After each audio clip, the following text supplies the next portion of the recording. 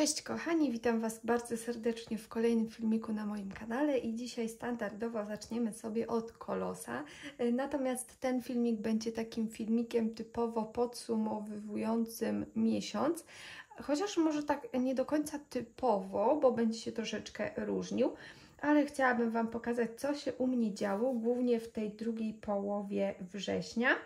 I zacznijmy od tego, że tutaj muszę się przyznać, że ten filmik powstał po zmontowaniu różnych przypadkowych lub mniej przypadkowych klipów, które gdzieś tam nagrałam, więc w każdym tak jakby ujęciu możecie zauważyć, że mam na przykład inny kolor paznokci i to się wzięło stąd, że gdzieś tam ten kawałek nagrywam na samym końcu, później będzie kawałek, który nagrywam na samym początku, gdzieś tam coś nagrywałam w środku, więc moje paznokcie są ogólnie różne. Teraz Wam chyba nie będę pokazywać, chyba że specjalnie zauważycie przez przypadek jakoś. Mam po prostu poodpadany lakier hybrydę, więc nie patrzcie na to najlepiej. Dzisiaj mamy koniec miesiąca, a w zasadzie dzisiaj jest pierwszy dzień października i chciałabym troszeczkę podsumować to, co się u mnie tutaj wydarzyło. I zacznijmy od tego, że ja chciałam zrobić 20 000 na Kolosie, natomiast zrobiłam 12 659 półkrzyżyków. Mało, ale cóż zrobić. Zostało mi do wyszycia 62 000 z groszem, czyli w dalszym ciągu mi wychodzi troszeczkę ponad 20 000. Mam nadzieję, że w tym miesiącu będzie lepiej. Ja sobie zaplanowałam już ten nowy miesiąc, ale o tym będę Wam mówiła w filmiku już październikowym. W tym momencie chciałam Wam pokazać, jak wygląda Kolos pod koniec września. Później zobaczycie sobie inne projekty, które gdzieś tam zaczynałam i kończyłam. Tutaj będzie taki spoiler. A na samym końcu pokażę Wam moje statystyki z tego miesiąca, jak to wyglądało, jak się wyszywało. I myślę, że będzie to dla Was bardzo ciekawe. Przy okazji na samym początku chciałabym oczywiście bardzo serdecznie podziękować wszystkim wspierającym, którzy dołączyli do mnie i tym nowym, i tym starszym. Bardzo, bardzo serdecznie Wam dziękuję. Jest Was coraz więcej z filmu na film. Po prostu mam takie wow, ile osób. Niedługo mi się miejsce na tej wizualizacji tutaj skończy. Będę musiała wymyśleć jakąś nową. W każdym razie bardzo Wam dziękuję. Jeżeli zależy Wam tylko i wyłącznie o oglądaniu filmów wcześniej przedpremierowo, to możecie dołączyć do wsparcia ogólnego tego za 10 zł, a jeżeli chcecie mieć jakieś profity, dołączyć do mojej grupy na Messengerze, chcecie dostawać darmowe wzory co miesiąc do haftu, chcecie brać udział w różnych zabawach i tak dalej, to musicie wykupić wtedy ten dostęp dla hafciarek za 20 zł, ale myślę, że to i tak nie jest jakoś tragicznie dużo, więc to by było tak tytułem wstępu. Chciałam Wam pokazać, jak wygląda mój kolos. No i teraz przejdziemy sobie do kolejnych tematów. Po ostatnim filmiku na pewno znajdzie się kilka osób, które będą zainteresowane dalszą częścią mojej zębowej historii. Poprzedni filmik to był taki typowo chory filmik, bo ja po prostu na każdym ujęciu opowiadałam Wam, że się bardzo źle czuję i właśnie na samym końcu powiedziałam Wam, że boli mnie ząb. I ja się ogólnie zdziwiłam, że ten ząb mnie boli, dlatego że ja mam zęby wyleczone. No i oczywiście powiedziałam Wam wtedy, że jeżeli do końca dnia mnie ten ząb nie przestanie boleć, to następnego dnia umówię się do dentysty. Natomiast ból był tak nieznośny i tak wykańczający, że ja zadzwoniłam na taki SOR jakby dentystyczny i jeszcze tego samego dnia, w zasadzie kilka godzin po tym, jak nagrałam to ujęcie i Wam powiedziałam, że już jest tragicznie i w ogóle żadne leki na mnie nie działają, takie przeciwbólowe, Także zadzwoniłam. Z racji, że był to SOR, no to kazali mi przyjechać 2 godziny później. Po 2 godzinach poszłam do tego pana. Umówiłam się totalnie do randomowej osoby, nie wiedziałam nawet tak naprawdę do kogo idę. Na początku zależało mi, żeby to była osoba z Polski, bo mamy tutaj sporo polskich dentystów, natomiast nie udało mi się dostać tak szybko do żadnego polskiego lekarza, także poszłam do jakiegokolwiek. Nie mam pojęcia, jakiej narodowości był ten pan. W każdym razie ja byłam przygotowana na najgorsze, czyli na rozwiercenie tego zęba, żeby sprawdzić, co tam się dzieje, bo już raz miałam taką sytuację. Ja sobie poszłam, słuchajcie, pan tam nie sprawdził, czy ja, to na pewno ja. I włożył mi do buzi takie urządzenie, coś ale nie wiem, jakiś taki stetoskop, takie kółeczko na jakimś sznurku. I on, słuchajcie, włożył to i na ekranie wyświetliło mu się dosłownie wszystko, cały skan części mojej szczęki. I okazało się, że tak, ja mam wyleczone wszystkie zęby, ale ten ząb, który mnie bolał, został wyleczony źle i zrobiło się zapalenie w dziąśle przez to, że ten ząb jest źle wyleczony. Ja mam zrobione niepoprawne leczenie kanałowe z uwagi na to, że większość polskich dentystów robi leczenie kanałowe, ale nie ma do tego specjalnej aparatury i robi to tak naprawdę na ciemno, w ciemno raczej. Robi to w ciemno, nie sprawdza później, jak to zostało zrobione, no i okazało się, że właśnie ja miałam robione tak w ciemno, to leczenie kanałowe zostało źle zrobione i dlatego u mnie co jakiś czas będzie się pojawiało takie zapalenie, jeżeli tego nikt mi nie naprawi. Więc muszę iść teraz, muszę to wyleczyć oczywiście. Dostałam antybiotyk na 7 dni. Śmiałam się, że to jest końska dawka, bo to są 4 tabletki, każda po 1000, to się mówi chyba miligramów tego leku. Także 4000 w ciągu dnia i powiem Wam, że już następnego dnia czułam ogromną ulgę, także bardzo się cieszę, że w końcu udało mi się to wyleczyć. Teraz jak to nagrywam, minął właśnie tydzień, muszę iść na kontrolę, żeby zobaczyć, czy już jest wszystko w porządku, a jak tylko wyjdę z kontroli, to muszę się umówić do lekarza już takiego na Helsenorgę, dlatego że ja mam jako osoba nie mająca jeszcze 26 lat, mam zniżkę i płacę tylko 25%, także muszę się umówić przez Helsenorgę i wtedy będę miała dużo taniej i sobie wtedy naprawię tego zęba, więc już będzie ok. I trochę mnie to tak zirytowało, że wiecie, no lekarze robią te zęby, ale nie mają do tego specjalnej aparatury i ten pan mi też dużo uświadomił, że powinniśmy zwracać uwagę na to, do kogo chodzimy i na to, jak ci dentyści pracują, no bo na przykład dla niego to było dziwne, że w ogóle ktoś na wstępie w ogóle nie sprawdził na komputerze, jak moja szczęka wygląda, jak wyglądają moje zęby przed naprawą ich, a co dopiero, żeby robić cokolwiek na ślepo, nie? Więc dla niego to było bardzo dziwne. Oni tutaj w Norwegii mają super aparaturę właśnie do leczenia zębów, także do tej pory leczyłam w Polsce, a teraz będę już leczyła zęby w Norwegii. I to by było chyba tyle z mojej zębowej historii. Mam nadzieję, że teraz już będzie lepiej. Tym razem już wyzdrowiałam, już mnie nic nie boli. W międzyczasie jeszcze mój mąż przeszedł anginę. Jeszcze moja Nadia była oczywiście chora po tamtym filmiku. Także trochę się u mnie podziało, ale już jest ok, już wszyscy jesteśmy zdrowi i oby tak zostało. Chciałam Wam dać znać, że w końcu zebrałam się w kupę i skończyłam ten obrazek. Uważam, że jest naprawdę bardzo uroczy, ale ten backstage zmiótł mnie z planszy totalnie i ja podziwiam wszystkie osoby, które zrobiły ten sal w terminie, dlatego że ja musiałam przysiadać do tego na raty totalnie i nie byłabym w stanie nigdy w życiu tego skończyć właśnie w terminie, tak jak reszta. Tak to u mnie wygląda. Ja sobie teraz zdejmę to wszystko z mojego krosna i jeżeli się będę dobrze czuła, to pojadę dzisiaj kupić ramę. Upatrzyłam sobie ramę 20×20. Jeszcze się nie zdecydowałam na konkretną, bo nie pamiętam, czy jest tam passepartout w tej ramie, ale zobaczymy. Za dużego wyboru nie mam, bo chciałabym to kupić stacjonarnie, a też większość ram jest takich nie w formacie kwadratu, tak jak tutaj 20×20, tylko właśnie 30×40, 40×50. Nie ma takich równych właśnie kwadratowych ramek, także będę miała z tym mały problem, ale zobaczymy.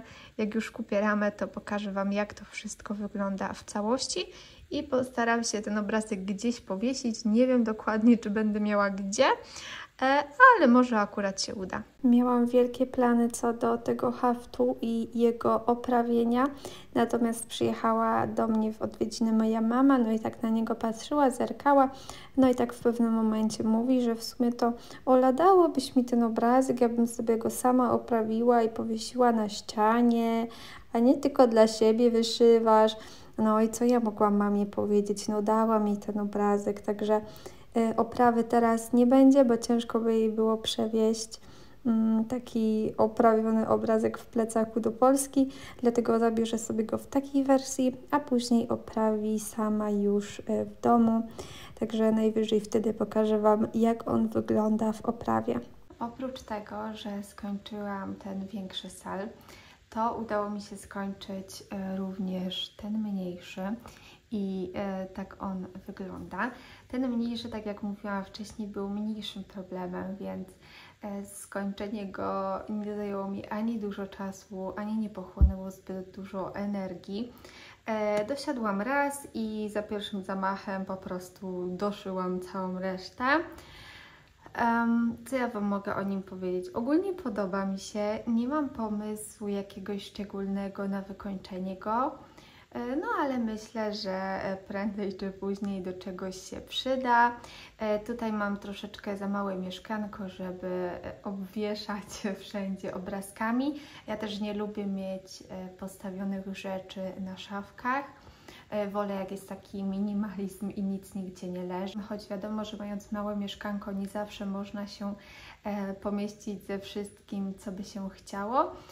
Dlatego też wiadomo jest jak jest, a też na wynajmowanym mieszkaniu nie wolno mi psuć ścian i dodawać kolejnych miejsc na obrazki, także myślę, że to jest dość logiczne. Także ten obrazek jak na razie ląduje w szufladzie. W ostatnim czasie poczyniłam również małe zakupy i kupiłam dwa wzory od Unistitch, od Natalii. I tutaj właśnie są te dwa wzorki. Pierwszym wzorkiem jest coś takiego. Bardzo mi się to spodobało, taki minimalistyczny.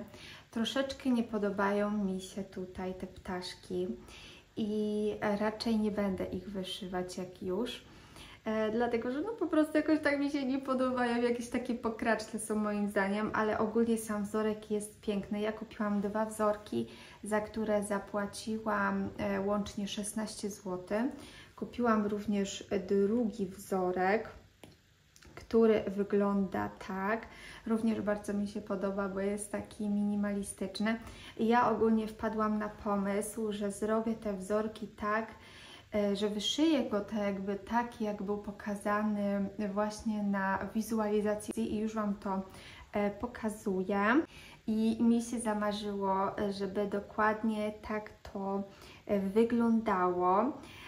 No i bardzo mi się spodobał też ten materiał. Więc postanowiłam, że pójdę do sklepu, kupię sobie barwnik brązowy i tym barwnikiem będę się troszeczkę bawić. I wyszło jak wyszło, że zaczęłam sobie kanwę malować.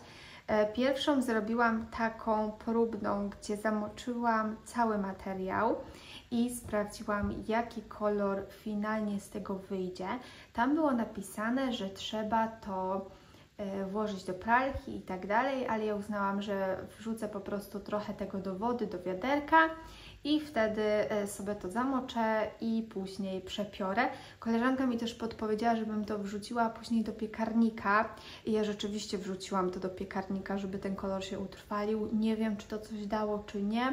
W każdym razie zrobiłam tak i ten materiał wyszedł naprawdę bardzo fajnie.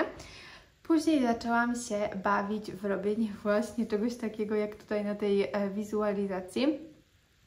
I już Wam pokazuję, jak to wygląda, bo ja zaczęłam wyszywać już. I pierwszy ten haft wygląda tak, no wiadomo, no ten materiał nie wygląda tak jak ten na zdjęciu, ale i tak mi się podoba, dlatego że no on ma coś w sobie. Tutaj tego tak nie widać, ale ja go malowałam tak jakby 3 warstwami. Tutaj środek zostawiłam biały, starałam się go nie pomalować. Tutaj są jakieś bledsze, ciemniejsze plamki, gdzieś tutaj jak się przypatrzycie, nie wiem czy to widać, tu są jakieś takie plamki, tutaj, też kamera tego kamera tego tak nie oddaje, ale jak patrzymy na to tak w rzeczywistości, to widać te cienie, widać, że o zobaczcie, widać gdzie jest jaśniej, gdzie jest ciemniej, że ten kolor jest taki trójwymiarowy. To było moje pierwsze malowanie, więc ma również wiele do życzenia. Ja się dopiero tutaj uczyłam, ale myślę, że na pewno nie będzie to ostatnie i kupię jeszcze więcej barwników i będę się tutaj bawić. Starałam się robić tak, jak było we wzorze, ale wiadomo, że to nigdy nie będzie 1 do 1. Tutaj zamieniłam kolor B5200 na E5200, czyli taki brokatowy jakby, ten metaliczny. I źle mi się tym bardzo wyszywało, bardzo źle mi się robiło te French knoty i właśnie te różyczki, więc ogólnie nie bardzo polecam. Koleżanka mi powiedziała, żebym sobie spróbowała wziąć wosku, ale ja swój wosk zostawiałam w Polsce, a taki ze świeczki nie będę używała, choć wiem, że mogłam użyć na przykład Delighta. No ale w każdym razie jakoś sobie poradziłam. Zaczęłam też wyszywać troszeczkę tutaj góry, jak widzicie. No zobaczymy, jak to z tym będzie. Na razie mam tylko tyle. Postaram się to dokończyć i wtedy będę robiła ten drugi wzorek. I też Wam od razu spróbuję pokazać. O, tutaj jest ten drugi wzorek i ja na niego również sobie pomalowałam materiał, ale zrobiłam to już 2 warstwami. Nie, przepraszam, to była 1 warstwa. 1 warstwa materiału i też chciałam, żeby było właśnie takie jaśniejsze i ciemniejsze.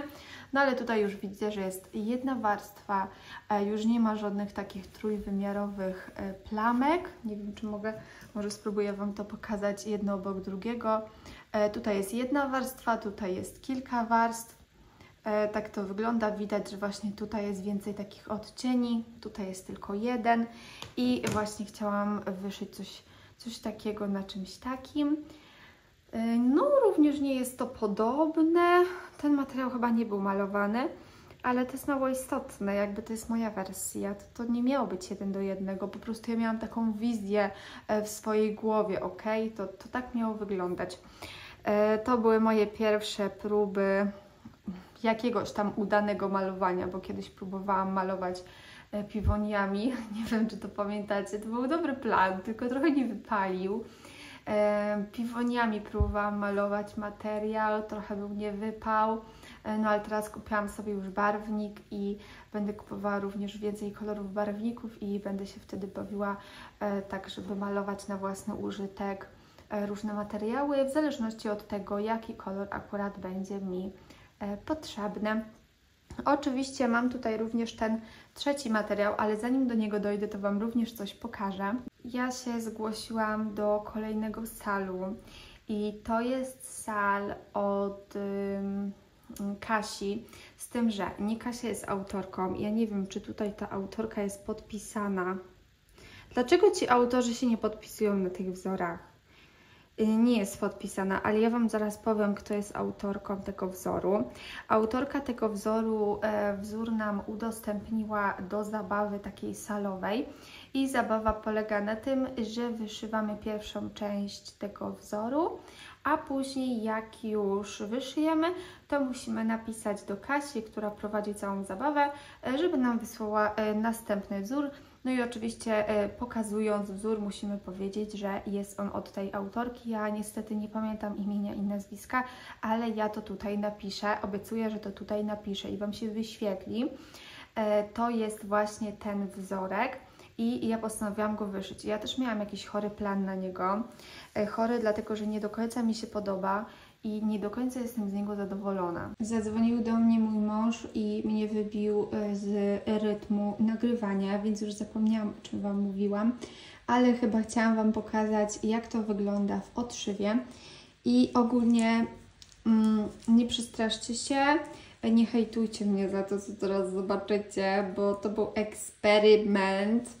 I znaczy możecie wyrazić swoje zdanie, ok? Jakby możecie mi napisać, że brzydkie, nie ma problemu, tylko bez hejtu proszę. Proszę nie hejtować mojego pomysłu, tylko no, zamysł w głowie był lepszy niż to, co jest na tamborku teraz.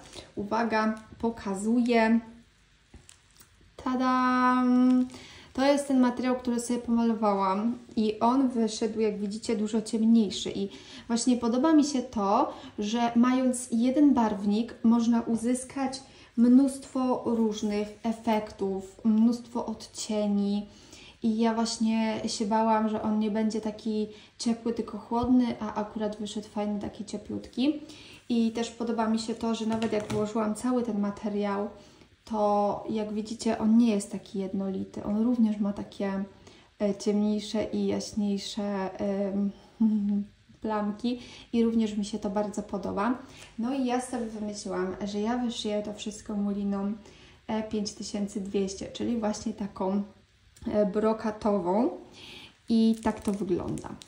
I powiem Wam tak, wygląda to albo dobrze, albo źle, w zależności od tego, kiedy patrzycie i jakie jest światło. Czasami jest to widoczne bardzo ładnie, a czasami no średnio to wygląda. Więc zależy, jak na to patrzeć i pod jakim kątem na to patrzeć. Mi się ten zamysł bardzo podobał, bo w mojej głowie to wyglądało tak, że to będzie ładnie ze sobą kontrastowało, że to będzie tak się ładnie błyszczało i bardzo mi się to podobało jako taki właśnie jesienny hafcik, jako taki przerywniczek. I zaczęłam go właśnie wyszywać. Potem miałam mieszane uczucia, czy mi się to rzeczywiście podoba, czy mi się to nie podoba. No i teraz sama nie wiem. Niby coś tam widać, ale nie jest takie wyraźne. I jak patrzę na wzory, właśnie ten wzór wyszywany przez inne dziewczyny, to mam taką myśl, że no one mają jakoś ładniejszy.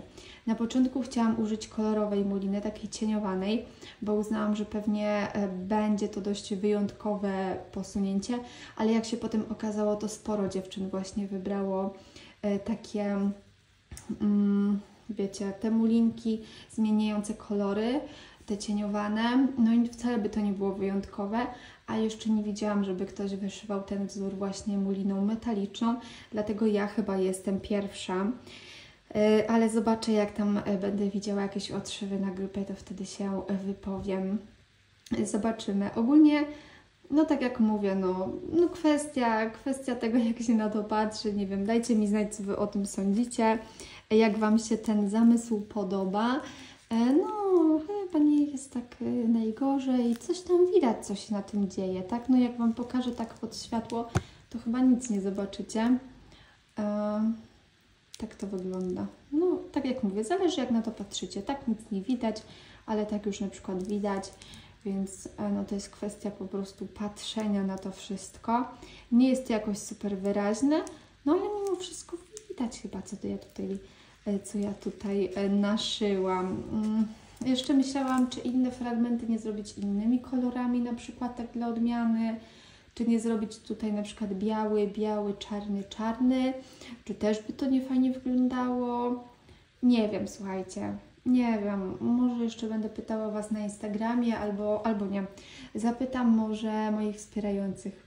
Zaangażuję Was tutaj trochę i się zapytam. I wtedy będę wiedziała, co mam zrobić. No tak myślę, w sumie się zastanawiam i nie wiem. I tak, no nie wiem, co mam zrobić. Także tyle na ten moment. Jak będę miała jakieś moje hafciarskie update'y, to Wam dam znać. Trochę tutaj powyszywałam. Przy okazji pokażę Wam moje statystyki, które nie wyglądają za dobrze, ale zobaczcie, ile ja tutaj mam projektów. Tutaj były sale, które są już skończone. Tutaj jest kolos, tutaj jest koty. Zobaczcie, nawet zrobiłam 49 krzyżyków na filiżance, więc to już jest coś. Tutaj mam co? Tutaj jest ten sampler. A tutaj jest ta klatka z ptakami. Tutaj jest dalej nieuzupełnione, ale to nic. Tutaj na moment 22 września miałam 9896,5 krzyżyka, także nie jest najtragiczniej, no ale jakoś rewelacyjnie też nie jest.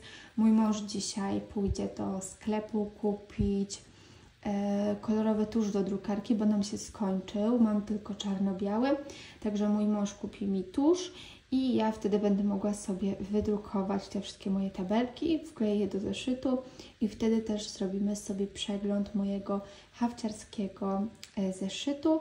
Ja sobie tam uzupełnię to, co mam uzupełnić, no i pokażę Wam, jak to u mnie wygląda. Korzystając tak jeszcze z okazji, na szybko z rączki pokażę Wam wzór, który ostatnio przerobiłam i który bardzo mi się podoba. To jest grafika, którą podesłała mi jedna z dziewczyn.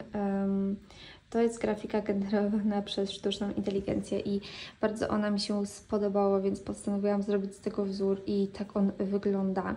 Jest moim zdaniem przepiękny. Tak jak już zaczęłam mówić wcześniej, mój mąż wracając z pracy kupił mi kolorowy tusz do drukarki, bo ten poprzedni nam się skończył i dzięki temu mogłam sobie tutaj uzupełnić mój hafciarski zeszyt. On oczywiście już jest totalnie taki grubasek, bo ma w sobie kilka lat już zapisków. I co ja tutaj uzupełniłam? Spróbuję Wam pokazać tak po kolei. I tutaj jest pierwsza strona. I to jest, to wszystko było robione na tablecie w aplikacji GoodNotes. I ja to sobie potem wszystko wydrukowałam. I tutaj są dwa projekty. I jak widzicie, ja zaczęłam to wcześniej rysować w inny sposób, ale stwierdziłam, że oba te projekty zamieszczę na jednej stronie, a tutaj na tej stronie będzie mój sal teraźniejszy, czyli ten sampler. Tak to jakoś rozgraniczę. Nie wiem, czy to będzie miało sens, ale tak jakoś sobie to rozplanowałam. Kolejną rzeczą, którą zrobiłam i również Wam tutaj pokażę, o tak właśnie to, bez sensu Wam pokazywać każdą stronę. Dodrukowałam sobie zdjęcia, bo tych zdjęć mi tutaj brakowało, a ja lubię mieć właśnie na pamiątkę zdjęcia i wydrukowałam sobie jeszcze to, czyli taką tabelkę. I teraz tak, ten zeszyt mi się ogólnie kończy. On mi wystarczy, no gdzieś tyle stron jest, wystarczy mi do końca tego roku. No i zaczęłam już myśleć nad następnym, ale w międzyczasie zaczęłam się też zastanawiać, jak to rozegrać, żeby to było fajne, żeby to było fajną pamiątką, żeby można było do tego zaglądać, żeby mi się to podobało, bo ten zeszyt, on ma w sobie kilka lat i tak jak mówię, są tutaj różne tabelki, różne jakieś próby zapisywania projektów, jakieś totalnie rzeczy prywatne, ale i rzeczy, które gdzieś tam mogę Wam pokazać. I zastanawiałam się, jak to rozegrać. Na przykład to mi się podoba, taka tabelka. Podoba mi się, ale z drugiej strony ona mi nic nie mówi. A znowu, jak mam taką tabelkę jak tutaj, no to ona mi mówi bardzo dużo, ale z drugiej strony nie wiem, ile krzyżyków zrobiłam danego dnia. I nie ma tabelki idealnej, która by mi się podobała. Tak samo tutaj. Tutaj na przykład zapisywałam jednym kolorem i niby jest ok, niby jest ładnie, niby jest przejrzyście, ale nie wiem, co wyszywałam. Ale znowu, jak ja zacznę sobie lecieć, tak jak to robiłam wcześniej, już Wam tutaj pokażę, czyli kolorami, no tutaj akurat nie jest dobry przykład, bo za dużo tutaj się nie podziało. Może poszukam innej tabelki kolorowej. Jak robię inną tabelkę kolorową, tutaj coś było. No jak widzicie, tutaj też nie ma za dużo kolorów, ale tutaj przynajmniej widać, co wyszywałam. Ale też, no mało to estetycznie wygląda moim zdaniem. Lepiej wygląda przejrzyściej to. I ja się tak właśnie zaczęłam zastanawiać. Też bardzo mi się podobają strony tego typu, takie pamiątkowe, żebym mogła zobaczyć, co wyszywałam. I tego typu strony też są super i chciałabym je na pewno zachować, więc ja poszłam sobie dzisiaj do sklepu i kupiłam sobie nowe zeszyty na nowy rok, a być może już zacznę jeden teraz, bo zaraz Wam powiem, o co mi konkretnie chodzi. Kupiłam 2 zeszyty. Pierwszy zeszyt kupiłam taki mniejszy, bo ja go akurat jako pierwszego zauważyłam. Ja go kupiłam w Tigerze i on ma tutaj taką brzydką, jakąś fioletową okładkę i zobaczcie, jak on tutaj wygląda na brzegach. No jest, moim zdaniem jest naprawdę ładny. Tutaj on ma tą okładkę brzydką, która do niczego nie jest mi totalnie potrzebna. Patrzcie na to, tu mogę sobie dyskotekę robić tym zeszytem. No, pięknie on wygląda. One wszystkie były jakieś takie upalcowane, brudne i jakieś takie dziwne, ale powiem Wam, że plusem jest to, że one były bardzo tanie, bo ja go kupiłam za 30 koron, to jest mniej niż 10 zł, więc to jest taka bardzo porównywalna cena do Polski. Chciałam sobie kupić na tych kółeczkach, bo mam wrażenie, że na takich kółeczkach można więcej wkleić. Ten zeszyt się nie robi taki, wiecie, wybrzuszony z jednej strony tylko na brzegach, tylko on jest po całości taki większy, gruby, fajny. A tutaj moim zdaniem trochę mniej można wkleić, ale spodobało mi się to, że on się rozkłada tak na płasko, bo ja bardzo nie lubię zeszytów, które się nie potrafią rozłożyć na płasko i na których się źle pisze, a ten się akurat rozkłada na płasko i tak sobie pomyślałam, żeby to rozgraniczyć i użyć tego zeszytu właśnie do tego typu statystyk. I kupiłam również drugi zeszyt, który dużo bardziej mi się spodobał, taki jest w moim stylu, po prostu zwykły czarny bullet planner i jest dość spory. To jest taki standardowy duży zeszyt, nie wiem, A4 chyba. Ja się nie znam na tych wszystkich, wiecie, oznaczeniach. On ma tutaj taką fajną gumeczkę, no i on również się pięknie tutaj rozkłada. I ja jak zobaczyłam ten zeszyt, to pomyślałam, żeby w nim robić coś takiego na zasadzie, że tam będą tylko takie strony. Tylko takie z projektami, żeby to był taki pamiętnik typowo projektowy, bez żadnych statystyk, żeby tu były tylko projekty, że wiecie, otworzę zeszyt i ja za kilka lat będę widziała, co wyszywałam, ile dni to wyszywałam, jakieś pamiątki związane z daną rzeczą, tak, zdjęcia czy zdjęcia postępów, taki naprawdę, no taki pamiętnik, tylko że właśnie w formie zeszytu i w formie takiej hafciarskiej, bez statystyk. Tak bym to widziała. Taki pamiętniczek. Jakieś tam zapiski, jakieś takie, wiecie, uwagi, jakieś przemyślenia dotyczące tego haftu i właśnie tutaj mogę dużo zrobić. I wiadomo, napiszę sobie tutaj, wydrukuję sobie zdjęcie, napiszę sobie, jaki to jest tytuł autora, kiedy zaczęłam, kiedy skończyłam, ilość krzyżyków, powpisuję sobie tutaj na przykład dni hafciarskie czy coś, tak jak tutaj mam, nie mam jakiegoś takiego projektu, który mogę Wam tu chyba pokazać. No na przykład konia, tak? Na przykład powpisuję sobie coś takiego, właśnie tak jak jest tutaj w tym koniu. Porobię takie krateczki, żeby było wiadome, że tyle dni wyszywałam. I właśnie w takiej formie pamiątkowej chciałabym to zrobić. I zobaczymy, jak mi to wyjdzie, bo tak jak mówię, ten pierwszy zeszyt był takim zeszytem bardzo eksperymentalnym.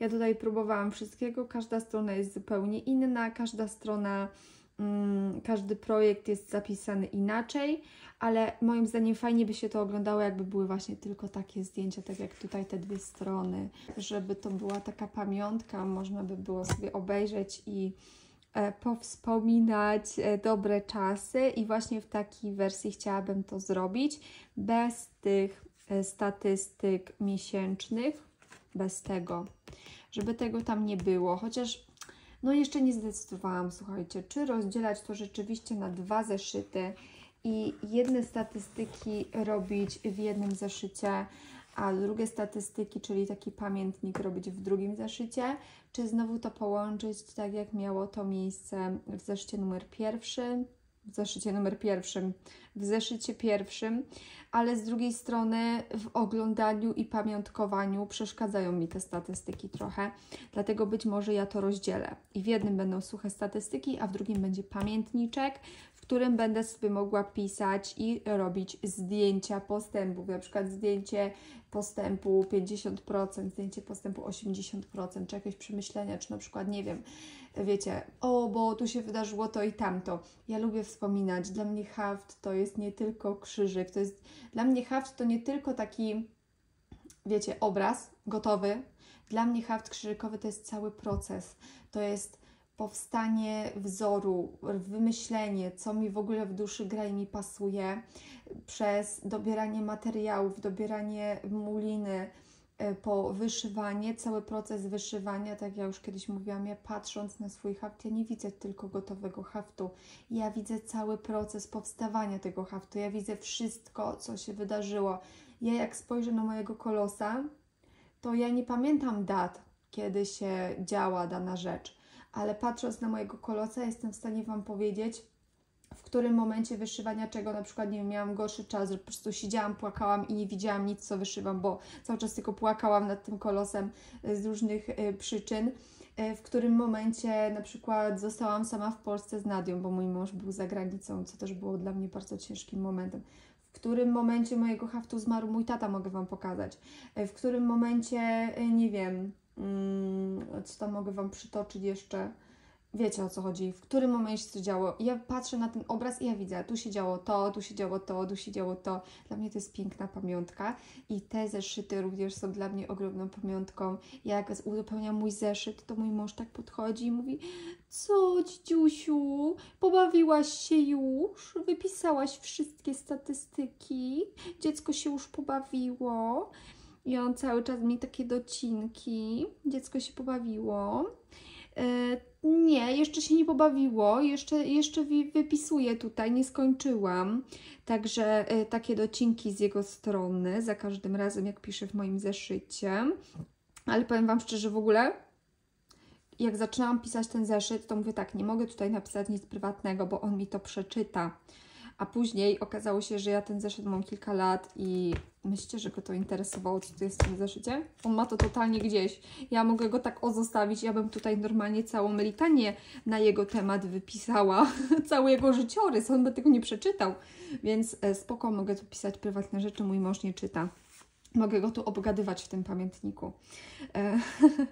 Także będę teraz miała nowe projekty. Jak już coś w nim uzupełnię, to Wam dam znać, bo chciałam właśnie w tym zeszycie dokończyć statystyki, żeby tutaj był już zamknięty rok, ale te wszystkie pamiątkowe strony, które będę już tworzyła na podstawie wzorów, które aktualnie wyszywam i które aktualnie zacznę w tym roku, to chciałabym robić już w tym nowym zeszycie. Więc tamten zeszyt będzie od nowego roku na statystyki, ten będzie, żeby dokończyć tutaj statystyki, bo trochę mi tego zostało. Trochę mi tego tu zostało, więc tu będę dokończać, a te strony pamiątkowe będą po prostu w nowym zeszycie. Wydrukowałam sobie tutaj różne zdjęcia. Tutaj mam kalendarz, tutaj mam jeszcze zdjęcia i to wszystko będę wklejała właśnie do mojego pamiętnikowego zeszytu hafciarskiego. Wiem, że ten filmik jest bardzo chaotyczny, ale zanim jeszcze przejdziemy do mojego nowego hafciarskiego pamiętnika, to pokażę Wam mój nowy finish i wydaje mi się, że jeszcze w żadnym filmiku nie było tyle finiszy, co w tym, bo to już jest chyba trzeci. Tak się pięknie złożyło. To jest mój finish i ja już Wam opowiadałam troszeczkę o tym hafcie. Bardzo mi się on podobał, natomiast nie podobały mi się ptaszki, które znajdowały się gdzieś tam tutaj i tutaj. Te ptaszki jakoś mnie nie urzekły za bardzo, wydawały mi się po prostu brzydkie, więc ich nie wyszyłam i uważam, że bez tych ptaszków również wygląda pięknie.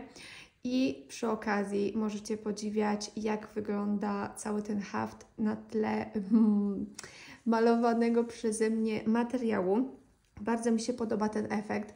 Z tego, co widzę tutaj w kamerze, wygląda to troszeczkę tak ciemniej. W rzeczywistości ten obrazek jest bardziej jasny. Ogólnie ten materiał jest jasny. Tutaj wygląda ciemniej, ale i tak uważam, że efekt jest naprawdę piękny. A teraz, jak już zdążyliście sobie pooglądać mojego nowego cudaczka, to pokażę Wam teraz mój hafciarski pamiętnik. Przez moment chwilę się rozproszyłam, dlatego że dostałam SMS-a z przedszkola z informacją, co tam, jak tam u mojej Nadii, więc musiałam przeczytać i w sumie to chyba miałam Wam pokazać ten hafciarski pamiętnik. I teraz tak, ja już go pokazywałam, jak on wygląda. Ja przygotowałam tutaj pierwsze 2 strony na pierwsze 2 projekty. Nie zrobiłam jeszcze żadnej strony jako tako początkowej. Trochę mi się nie podoba to, że te kartki tak przebijają i chyba będę musiała coś sobie na to wymyśleć, żeby tak nie było. Ale już Wam pokazuję, jak to wygląda w moim wykonaniu. I wygląda to tak, i w tym właśnie hafciarskim pamiętniku postanowiłam wykorzystać wszystko to, co mi się do tej pory sprawdziło i spodobało. Czyli napisałam sobie tytuł, bo właśnie skupimy się głównie na tej stronie, gdzie mamy haft, który przed chwilą Wam pokazałam. Mam tutaj tytuł, mam napisane, że jest to wzór od Unistitch. Tutaj mam jakieś takie podstawowe informacje, jaki materiał, ile krzyżyków, wymiary. Tutaj sobie wydrukowałam z wzoru w formacie PDF tabelkę, w której były wypisane kolory. I to tak bardziej w ramach takiego ozdobnika.